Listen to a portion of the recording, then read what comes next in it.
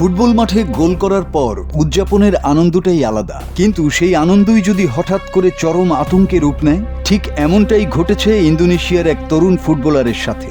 গোল করে দর্শকের সাথে উল্লাস করতে গিয়ে তিনি নিজেই যেন বাতাসে মিলিয়ে গেলেন। একটা গোল, তারপর উল্লাস, আর ঠিক পরের মুহূর্তেই পুরো স্টেডিয়াম স্তব্ধ। দর্শকদের দিকে দৌড় দিয়ে এমন এক ভুল করলেন তরুণ ফুটবলার, যা দেখে সবার হৃদস্পন্দন যেন থমকে গিয়েছিল। ঠিক কি ঘটেছিল তার সঙ্গে? ঘটনাটি ঘটেছে ইন্দোনেশিয়ার উত্তর সুমাত্রা স্টেডিয়ামে ইন্ডিপেন্ডেন্স কাপের একটি ম্যাচে। মুখোমুখি হয়েছিল ইন্দোনেশিয়া অনূর্ধ্ব 17 এবং তাজিকিস্তান অনূর্ধ্ব 17 দল। ম্যাচের এক পর্যায়ে ইন্দোনেশিয়ার তরুণ ফরওয়ার্ড মির্জা ফিরজাতুল্লাহ চমৎকার একটি গোল করেন। গোল দেওয়ার পর আনন্দে আত্মহারা মির্জা দৌড়ে যান গ্যালারির দিকে। দর্শকদের কাছাকাছি গিয়ে শূন্যে লাফিয়ে এক অদ্ভুত উদযাপন করতে চাইলেন তিনি, কিন্তু ঠিক তখনই ঘটল বিপত্তি।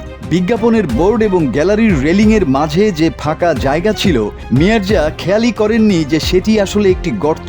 লাফ দেওয়ার সাথে সাথেই তিনি সোজা নিচে পড়ে অদৃশ্য হয়ে যান। স্টেডিয়ামে নেমে আসে উদ্বেগ। সতীর্থ, দর্শক ও মাঠকর্মীরা ছুটে আসেন তার খোঁজ নিতে। পরিস্থিতি সামাল দিতে রেফারি সাময়িকভাবে খেলা বন্ধ করে দেন।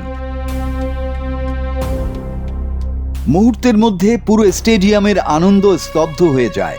ক্যামেরাম্যান, সতীর্থ খেলোয়াড় এবং গ্যালারির দর্শকরা ভয়ে ও আতঙ্কে চিৎকার করে ওঠেন। কারণ মির্জা যে গর্তটিতে পড়েছিলেন সেটি সাধারণ কোনো গর্ত ছিল না, সেটি ছিল প্রায় 10 ফুট গভীর একটি কংক্রিটের ড্রেন বা পরীক্ষা। তবে ভাগ্য ভালো বলতে হবে, এমন ভয়াবহ পতনের পরও মির্জা ফিরজাতুল্লাহ বড় কোনো আঘাত পাননি। পড়ে গিয়ে শুরুতে হতচকিত হয়ে পড়লেও নিজেই স্বাভাবিকভাবে উঠে দাঁড়ান। সৌভাগ্যবশত বড় কোনো দুর্ঘটনা ঘটেনি। মাঠ কর্মীদের সহায়তায় গর্ত থেকে বেরিয়ে আবারও মাঠে ফেরেন। এমনকি 59তম মিনিট পর্যন্ত খেলেও যান তিনি।